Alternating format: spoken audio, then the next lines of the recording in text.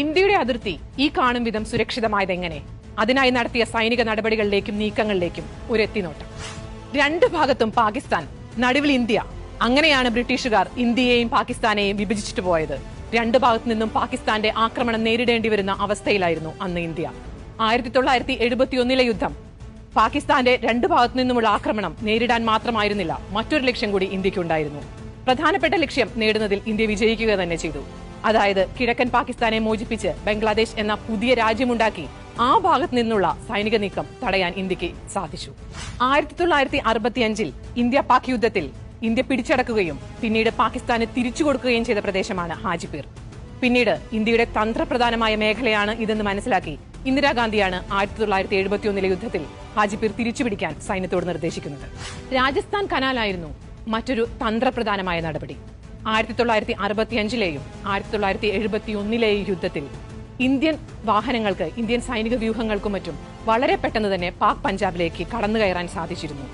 യുദ്ധത്തിൽ ഇന്ത്യ ജയിച്ചെങ്കിലും ഇനിയൊരു യുദ്ധമുണ്ടായാൽ പാകിസ്ഥാനിൽ നിന്നും ഇത്തരത്തിൽ സൈനിക വാഹനങ്ങൾ ഇന്ത്യയിലേക്ക് വരാനുള്ള സാധ്യത അന്നത്തെ ഇന്ദിരാ ഭരണകൂടം തിരിച്ചറിഞ്ഞു. രാജസ്ഥാൻ കനാൽ എന്നൊരു ജലസേചന ശൃംഖലയായിരുന്നു ബദൽ മാർഗം. സൈനികോപദേശം ചെവിക്കൊണ്ട് ഇതിന് മുൻകൈയെടുത്തത് ഇന്ദിരാഗാന്ധി ആയതിനാൽ ഇന്നതിനെ ഇന്ദിരാ കനാൽ എന്ന് വിളിക്കുന്നു. തലങ്ങും വിലങ്ങും നദികളും ജലസേചന കനാലുകളുമുള്ള പഞ്ചാബിലേക്ക് അത്ര പെട്ടെന്ന് സൈനിക നീക്കം സാധ്യമാകുന്നില്ല എന്നതും ഇത്തരമൊരു തീരുമാനത്തിന് ആക്കം കൂട്ടി. ഇന്ത്യയുടെ അതിർത്തി സുരക്ഷിതമാക്കുന്നതിൽ ഏറ്റവും പ്രധാനമായ ഒന്നാണ് സിക്കിമിനെ ഇന്ത്യയോട് ചേർത്ത നീക്കം. 1970 ചൈനയും അമേരിക്കയും അടുത്ത ബന്ധം പുലർത്തിയിരുന്നു. അന്ന് പ്രത്യേക രാജ്യമായി നിലനിന്നിരുന്ന, രാജഭരണം നിലനിന്നിരുന്ന സിക്കിമിലെ രാഷ്ട്രീയത്തിൽ അമേരിക്ക ഇടപെട്ടു തുടങ്ങിയത് ഇന്ത്യയുടെ ശ്രദ്ധയിൽപ്പെട്ടു. സിക്കിമിലെ റാണിയായി എത്തിയ അമേരിക്കൻ വനിതയിലൂടെയായിരുന്നു ഈ ഇടപെടൽ.